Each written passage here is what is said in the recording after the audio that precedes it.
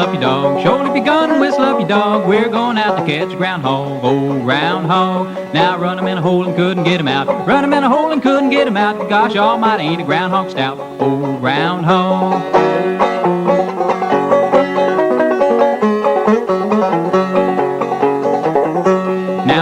Sally with a 10-foot pole. Here comes Sally with a 10-foot pole. Twist that whistle pig out of his hole, oh groundhog. Now here comes Sally with a snicker and a grin. Here comes Sally with a snicker and a grin. Groundhog gravy all over her chin, oh groundhog.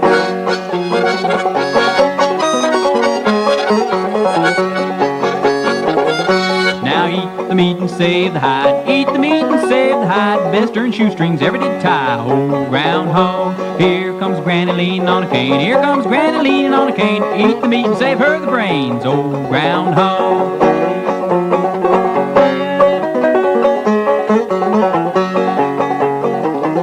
Now a little piece of cornbread sitting on the shelf. A little piece of cornbread sitting on the shelf. If you want any more, you can sing it yourself, oh groundhog.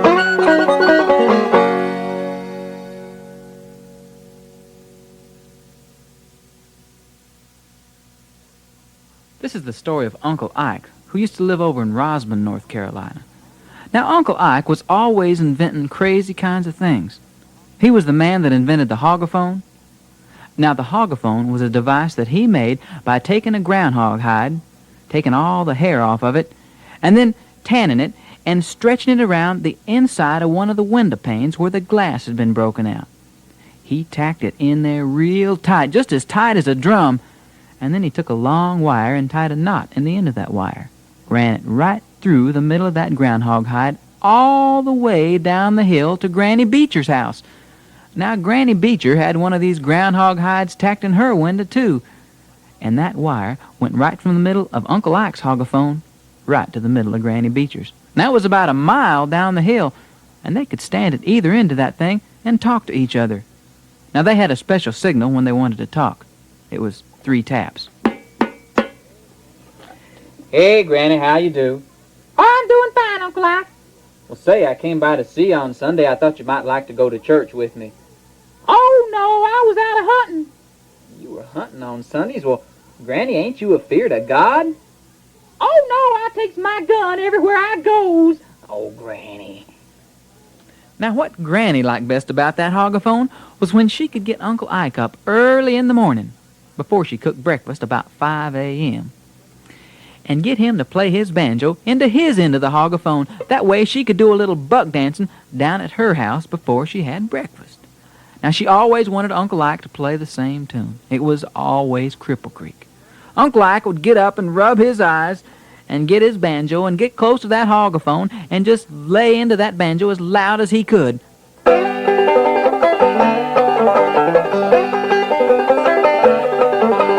And old Granny would just hit the floor dancing.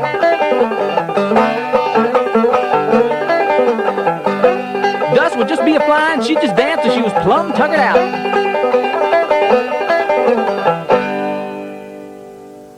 Now, what Uncle Ike liked best about that hogophone was when he could get Granny to get her newfangled radio and put up against her end of it. And that way he could hear the latest tunes of the day up at his house. Tunes like Uncle Dave Macon's Keep My Skillet Good and Greasy. Keep my skillet good and greasy all the time, time, time. Keep my skillet good and greasy all the time. Oh, honey, if you say so, I'll never work no more. I'll just lay around the shanty all the time, time, time. I'll just lay around the shanty all the time. Now, they had a special signal when Uncle Ike just wanted to listen to the radio when he didn't feel like talking or nothing. That was 5 taps. But on the day I want to tell you about, he tapped 3 times. He felt like talking. Hey, Granny, how you do? Oh, I do just like I want to, Uncle Ike. How do you do? I'm not doing so good, Granny.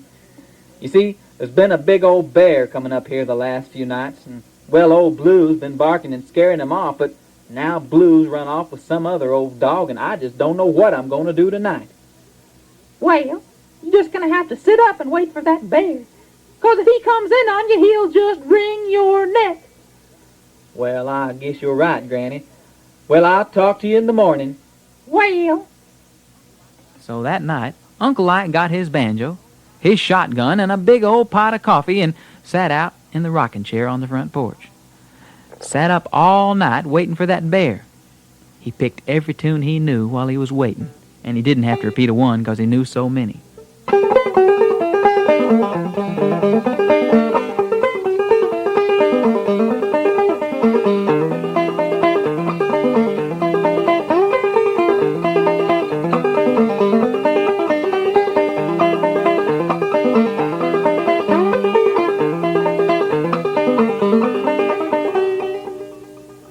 Finally, that morning sun started coming up over the hill.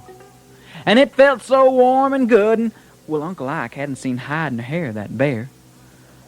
He was awfully tired, though, been sitting up all night, and so he thought he'd move that rocking chair back in the house and maybe pick a tune or two and catch a wink, so he moved that chair back in the house and started to play. But he fell right to sleep.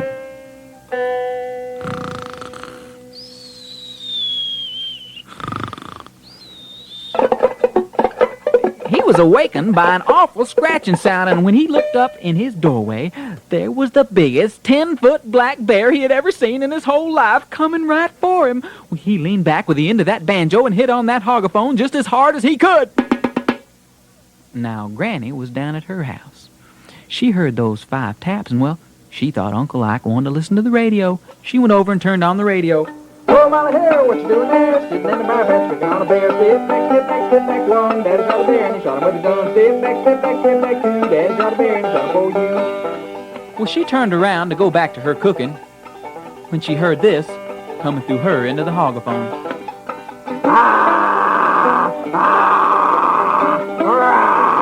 Well, right then and there, she knew that bear was after Uncle Ike. She turned up that radio just as loud as it would go, hoping it would scare that bear away. Then she grabbed her shotgun, ran out the door, jumped over the creek, and went up the hill to Uncle Ike's house.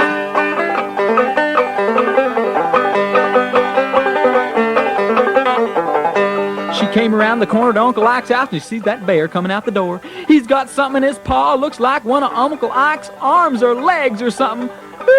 She takes that gun and she shoots. And she missed. Mercy, it was just as quiet as it could be. She was afraid to look around the corner, 'cause she knew she was going to see Uncle Ike splattered all over the walls. Finally, she got up enough nerve, and she peeped around the corner. And there Uncle Ike was, just sitting there shaking like a leaf. He said, "Woo, Granny, why, you saved my life.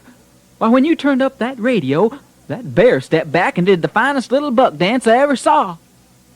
But then he started coming at me, Granny, with them big old long black claws. Lordy, I thought he was coming for my neck. But he didn't grab my neck, Granny. He grabbed my banjo and went running right out of here. Now, what do you suppose that bear would want with my banjo? Well, Uncle Ike was never bothered by the bear again after that.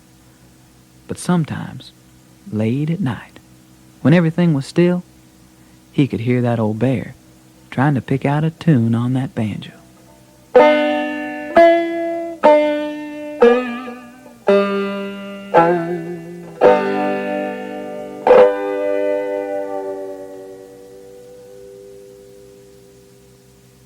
I want to tell you the story about the first motorcycle in Black Mountain, North Carolina. Now, after the war, folks in Black Mountain had heard of a motorcycle, but nobody had seen one. So that day, when old Leroy Teets came home from the Navy with his brand new blue and chrome Hartley-Davidson motorcycle, folks came out of their stores and out of their homes to see what was making all that racket. Why, it was a sight to behold. It had a headlight on it as big as a dinner plate, had a seat as wide as any buckboard, had a big old whop stick antenna, and in the very back it had a ruby-studded mud flap. Now, it had a windshield, came almost as high as his head, and some folks said that thing was even air-conditioned. Well, they could tell Leroy was happy, and they could tell he was proud. All they had to do was just count the bugs on his teeth. So instead of coming up and saying, "Why, Leroy, that's the finest thing I ever saw," some of those mountain boys came up and started teasing him and taunting him.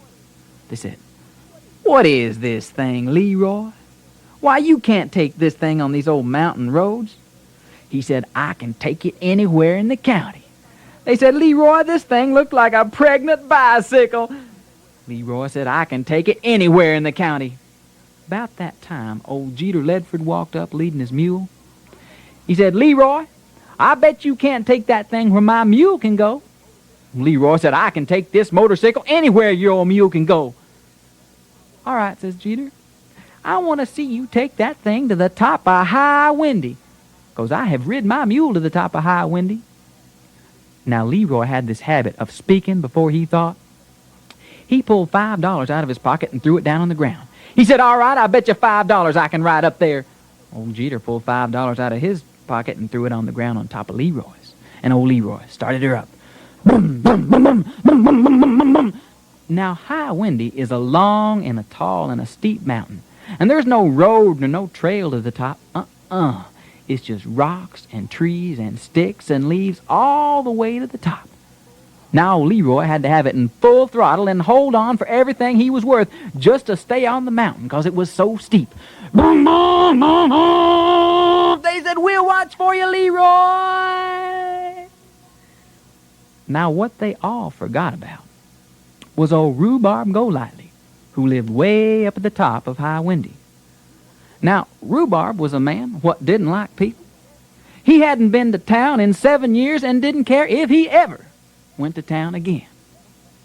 He just lived up there at the top with his little wife Samantha, and they did all their own growing of their food and all their own chores. They were used to hearing the sounds of birds and bees and things like that. Why, Rhubarb Golightly had never even heard of a motorcycle. So that day, when he had finished his big old dinner of biscuits and red-eye gravy, skunk cabbage, poke salad, jaw bean pie with possum sauce, chitlins, black-eyed peas and fatback, crab-apple pudding, and 2 jaw-shrinking dill pickles, he sat down on the front porch to take his ease.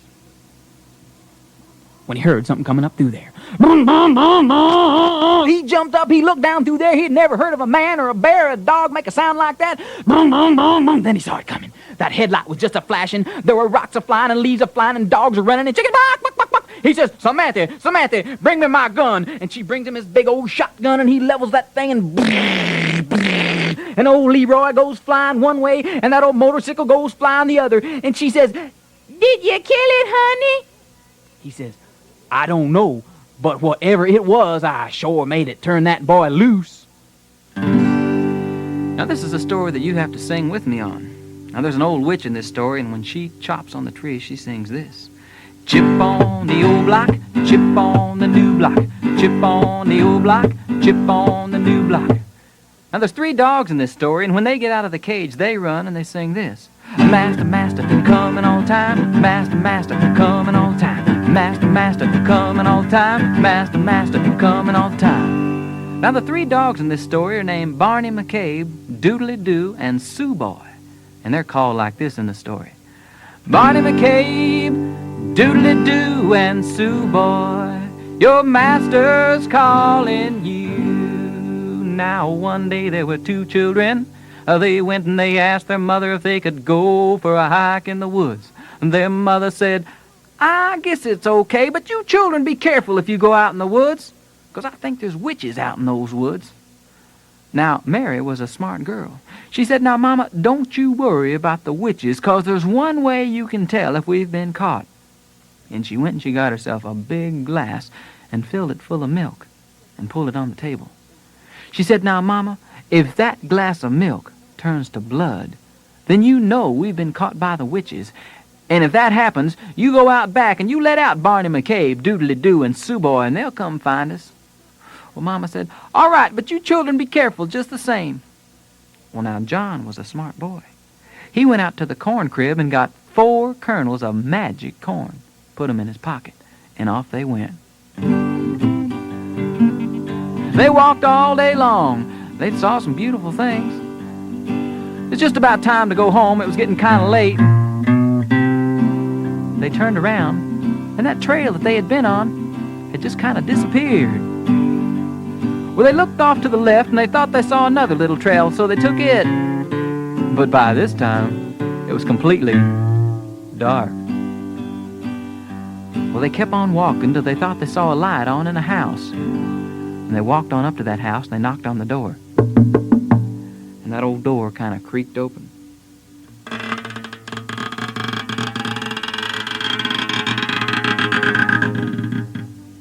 And an old lady with a nose about a foot long stuck her head out and said, "Can I help you?" Well, they saw that ugly old woman and they said, "Well, we were just out here looking for a place to spend the night and maybe a place to get a bite to eat." Well, she saw those two fat, plump little children and she said, "Why, sure, come on in." Well, she invited them in and cooked them up a good supper, and they ate it. Then she said, "I think it's about time for you children to go on to bed. You just climb up to the loft there and you'll find you a little bed with a sheet on it." Well, they climbed up there and they were just about asleep when they heard that old woman singing something like, "Penny, get your knife up, penny, get your knife up, hack 'em, do right to daddy." Well, John jumped out of bed. He looked down that hole in the floor. He saw that old woman singing and sharpening a big old long butcher knife. He said, "Mary, come look. I think this old lady's a witch." Well, Mary looked down there, saw that old woman singing and sharpening that knife. She said, "John, I think you're right. We better get out of here." Well, now, John took out that first kernel of magic corn and went over to the window and threw it out the window onto the ground. And from out of the ground started growing a ladder. Right up from the ground, right up to the window. Well, they went down that ladder and they went into the field and got themselves 4 big old pumpkins and brought them back up and put them in the bed where they had been sleeping. Then they covered those pumpkins up with their blanket so it looked like they were still in bed. Then they went down that ladder and started running away from there just as fast as they could. Pretty soon, that old witch comes up stairs. She's got a long, sharp knife, and she sees what looks like those children in that bed. And she chops here, she chops there, till she thinks she's chopped them all up. And then she throws back the covers, and there it is, just a big old messy bed of pumpkin. Woo-wee! Now she's mad and she flies out that window. And in no time she's catching up with those children. Those children look back and they see that old witch a-coming. They know they gotta do something. So John takes out that second kernel of magic corn and throws it on the ground. And from out of the ground starts growing a pine tree. They grab right onto the top of that pine tree and they just ride it on up into the sky. And then they look down and they see that old witch at the bottom with a big, long, sharp butcher knife, and she starts chipping and chopping on that tree, and when she does, she sings this. Chip on the old block, chip on the new block, chip on the old block, chip on the new block. Well, they can see that old witch is gonna chop through that tree and nothing flat. They know they have to do something. John takes out that third kernel of magic corn and throws it on the ground. And back home, that glass of milk turns to blood. Now Mama's sitting up wondering what happened to her children, and she sees that glass of milk turn to blood, and she knows they've been caught by the witches. She goes out back to unfasten the gate for Barney McCabe, Doodly-Doo, and Sue Boy, and from the top of that tree, those children call those dogs just as loud as they can. Barney McCabe, Doodly-Doo, and Sue Boy, your master's calling you. Now that gate swings wide open, those dogs run out of there singing, "Master, master, coming all time, master, master, coming all time, master, master, coming all time, master, master, coming all the time. Chip on the old block, chip on the new block, chip on the old block, chip on the new block." Well, they can see that old witch is just about to cut through that tree. John takes out that last kernel of magic corn and throws it on the ground. And it forms a bridge across the river. They call out for those dogs one more time, hoping they'll get there to save them. Barney McCabe, Doodly-Doo, and Sue Boy, your master's calling you. Fast, fast, coming all time, master, master, coming all time, master, master, coming all time, master, master, coming all the time. Now just as the old witch is about to hit the last lick on the tree, up runs Barney McCabe. He grabs her by the feet. Doodly-Doo grabs her by the throat. Sue Boy takes her to that bridge, and that bridge bends. And that's the way this story ends.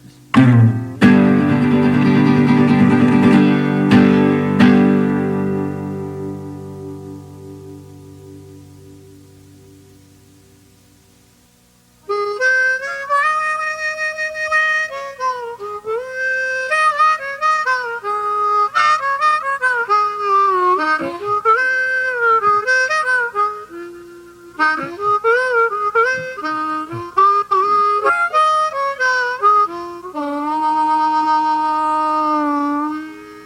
once a long time ago, down along the banks of the Tombigbee River, there lived a boy named Wiley.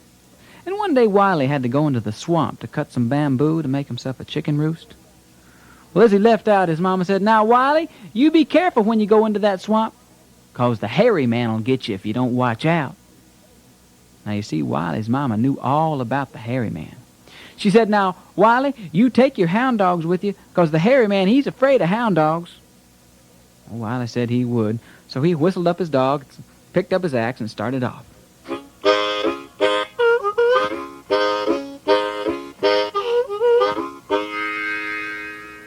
Well, he hadn't gone too far till he found himself a nice big stand of bamboo, and he took his old axe and he started to chop.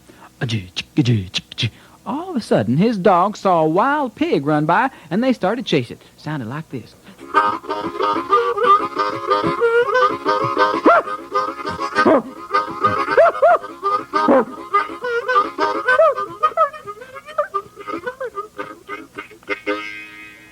Well, they got so far away that Wiley couldn't even hear those dogs barking. He just kept on chopping and thinking, "Ooh-wee, I hope that Hairyman doesn't come now." But when he looked up, there was the Hairyman coming right for him. Now, he was big, and he was hairy. He had eyes that glowed like coals and big, long, white teeth with green moss growing on them.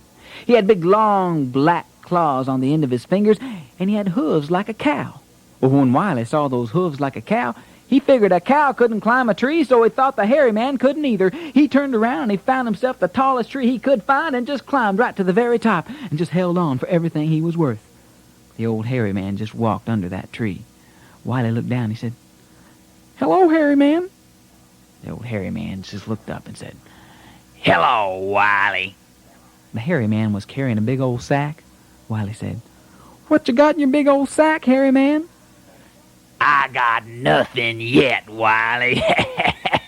He put down that sack and picked up that axe and started to chop. Well, Wiley knew he had to do something, so he called out for his dogs. Woo! And he listened.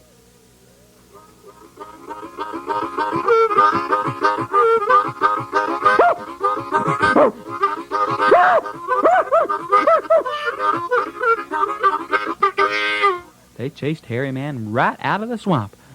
Well, Wiley came down from that tree, and he went home and told his mama what happened. She said, "That's good, Wiley.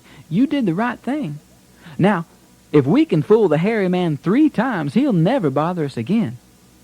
She said, "Tomorrow, I want you to go in the swamp and leave your dogs tied up at home.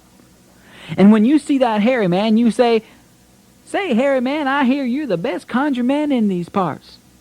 Wiley said, "What's a conjure man, Mama?" "Oh, that's a man that can do magic, Wiley. You challenge that Hairyman to change himself into some big kind of animal. Oh, and he'll do that. And then you ask him to change himself into some smaller kind of animal, and he'll do that too. And then you ask him to change himself into some little old kind of animal, and you pick up that little animal, whatever it is, and throw it in that sack he's always got, tie that sack and throw it into the river." Well, Wiley said he'd try. So the next day he got some big old stout rope, and he tied his dogs up to a big oak tree at home and started off into the swamp.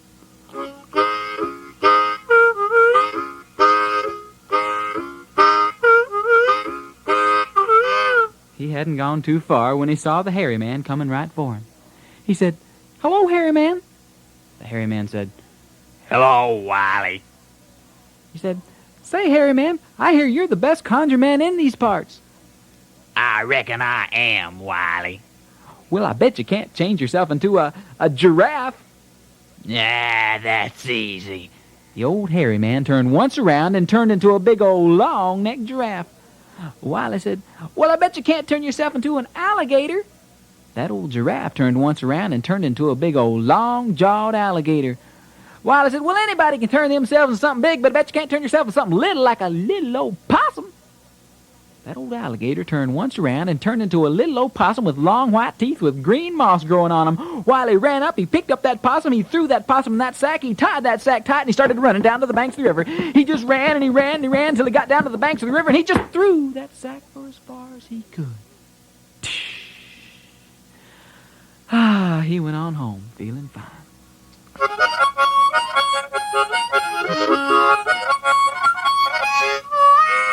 When he looked up, and he saw the Hairyman coming through the woods. He said, "Hairyman, how did you get out of that sack?" "Oh, that's easy, Wiley. I just turned myself into the wind and blew myself away." Well, Wiley turned around and looked for a big tall tree, and he climbed up to the very top of it, right next to a little bird's nest. He knows he has to do some fast thinking. He says, "Say, Hairyman, I bet you can't make things disappear." That's what I do best, Wiley." "Well, I bet you can't make this little bird's nest disappear." The old Hairyman just looked up at that bird's nest, and it was gone. Wiley said, "Well, I bet you can't make this shirt on my back disappear." The old Hairyman just looked up at that shirt, and it was gone. Wiley said, "Well, it was just a plain old shirt anyway." "I bet you can't make this rope around my waist disappear. Now, my mama conjured this rope, and it's magic." The old Hairyman looked up, and he said, "Wiley, I can make all the rope in this countryside disappear if I want to."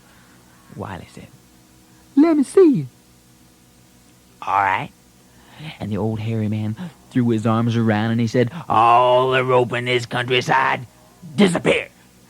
And at that moment, that rope was gone from around Wiley's waist. He had to hold his pants up with one hand and hold on to the tree with the other.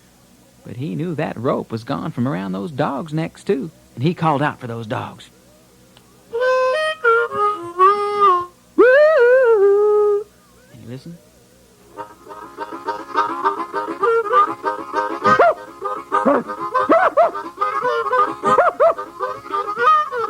Well, they chased Hairyman right out of the swamp, right down the middle of a 2-lane road. Well, a big old Model T Ford was coming through there. It almost ran over the dogs and the Hairyman, too.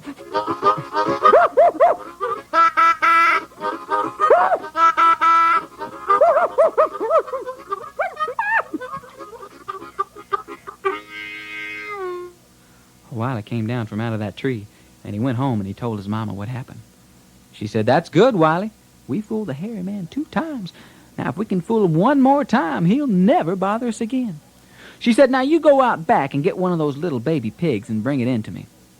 So Wiley went out back and brought a little pig to his mama. She took it out of his hands and put it in his bed, and then she pulled the covers over that pig's head.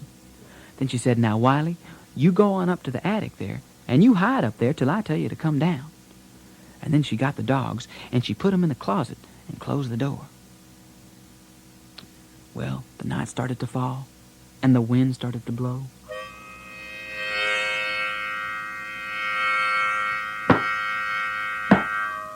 And they could hear old Hairyman on the roof of the house. He started to come down the chimney. But there was a fire in the fireplace, and he burned his bottom, and they could hear him on top of the house. And then he jumped down on the porch, and he knocked on the door. Wiley's mama said, "Who is it?" "It's me, the Hairyman. I come for your young'un." "Why, you can't have my young'un, Hairyman." "You give me that young'un, or I'll bring down the lightning and I'll burn down your house." "Aw, Hairyman, I've got plenty of sweet milk. I can put out your old fire." "Well, then I'll bring 1,000,000 boll weevils up out of the ground and eat up everything you got." "Aw, Hairyman, you wouldn't do that. That's mighty mean." "Well, I'm a mighty mean man. Now open that door and give me that young'un." She said, "Well, if I do open this door, and I do give you my young'un, you promise you'll never come back and bother me again?" "I'll never come back." Well, she just opened the door and pointed over to the bed. The old Hairyman walked over to the bed, reached in there, expecting to pull out Wiley, but "It's just a pig." Wiley's mama said, "Well, you didn't say which young'un I had to give you." "Nah." She opened the door where the dogs were, and they came running out and chased the Hairyman out of the house, down to the swamp.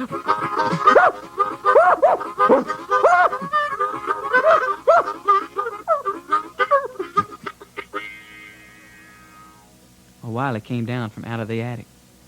He said, "Mama, is the hairy man gone?" She said, "He's gone, Wiley. We fooled him 3 times, and he'll never be back to bother us again." And you know what? He never did bother those folks again either.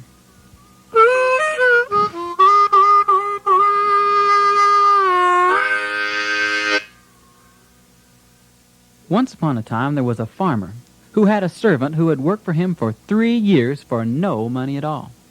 Now one day this servant got into his head that he should have some money for all the work he had been doing for that farmer, and so he went and he told him that.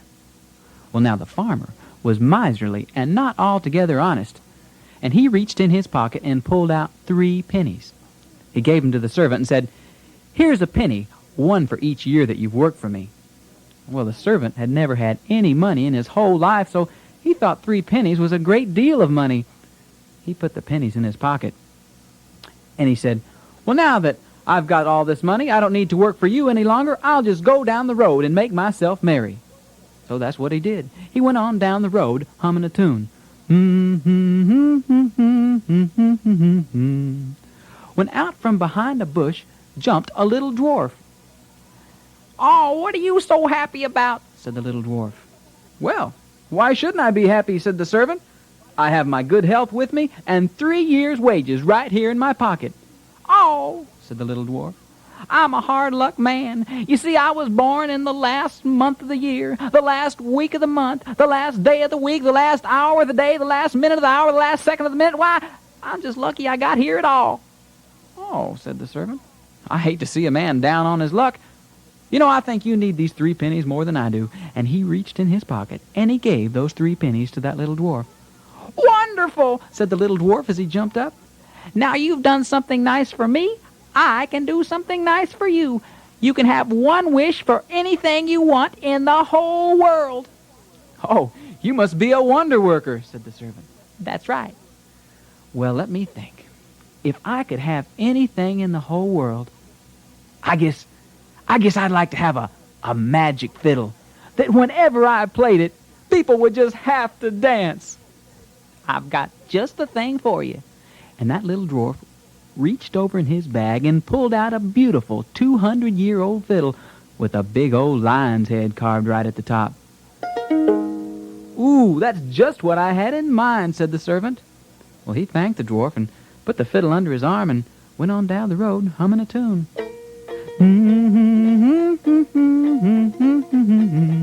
When out from the side of the road, there was an old man calling him. "Hey, Sonny, can you come help me?" Well, he looked over and he saw an old man chopping on a tree. He said, "What can I do for you, Daddy?" "I'll pay you $5 if you help me chop down this tree." "You pay me $5 to help you chop down that tree? $5? "Yes." "Well, you bet I'll help you." And he jumped over that fence, put his fiddle down, picked up that axe and started chopping.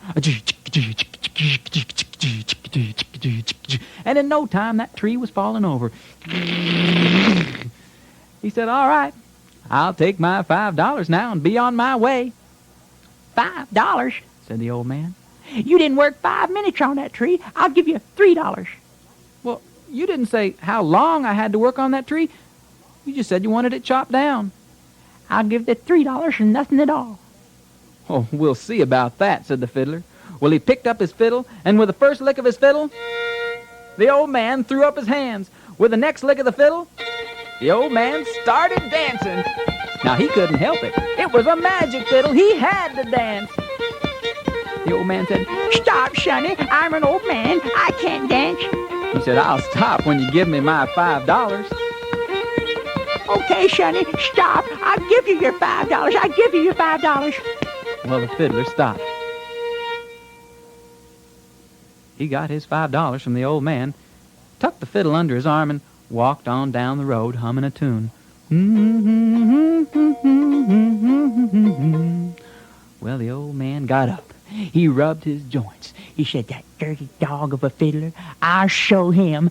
He ran into town, and he got the sheriff. He said, "Sheriff, there's a man that stole $5 from me. He's going down the road with a fiddle tucked under his arm, and he's always humming a little tune. You can find him." Well, the sheriff went running down the road, and in no time he brought that fiddler back. brought him right before the judge, and when they walked in there, the old man said, he's the one that stole my $5 from me. The fiddler said, I didn't steal $5 from you. Why, you gave me that $5 for chopping down that tree and for playing you a fiddle tune. Well, the judge heard that, and he said, no one would pay anyone $5 for playing him a fiddle tune and chopping down a tree. I believe the lies are as thick as the flies on the wall in here. Take this man out and hang him. And so that's what they did. They took him out to the gallows, and they put him out on the gallows, and they put the rope around his neck. Well, people from all over town started coming to watch the hanging. There were hundreds, then there were thousands of people. Everybody was there. The judge said, son, do you have any last request before we hang you? He said, well, sir, I guess if I could just play my fiddle one more time, that's all I'd like. Well, the old judge handed up the fiddle, and the old man saw what was happening. He said, don't let him do it. But it was too late. With the first lick of his fiddle, everybody in the crowd threw up their hands. With the next lick of the fiddle, they all started dancing. Now the young, the old, the rich, the poor, they were all dancing. They couldn't help themselves. It was a magic fiddle. Now even the babies fell out of their cribs, and they just rolled around on the ground. Now even the cows got up on their hind legs. There's moo, moo all around town. Even the horses were up on their hind legs. The dogs and the cats ran out from under the house, and they were dancing around too, and even the fleas on the backs of the dogs were dancing. Well, it was fun for about the first 15 minutes. But then everybody started getting tired. Some started falling down, but they didn't stop dancing. They were just kicking up a storm of dust. Pretty soon they started hollering, stop, stop, stop, stop, please stop, stop, hey, stop, hey, stop, stop, stop, stop. The judge said, son, you got to stop. He said, I'll stop when you give me my $5 and let me go free. Okay, son, anything. Stop, please, stop. And the fiddler stopped.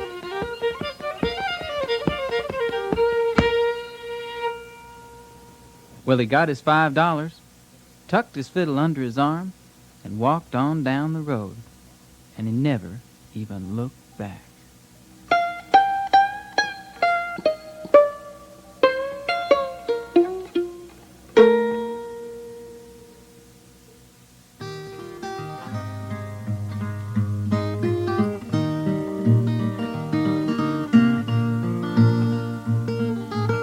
A preacher had closed a big revival meeting and stepped on a train on his way back home. He found himself sitting next to a young man, and for nothing better to do, he tried to strike up a conversation about the weather. When he got no reply, he turned to the young man and he saw the tears streaming down his cheeks. He said, son, I'm a preacher, and I'd be happy to help you in any way I possibly could. After a while, the boy turned to him and told him this story.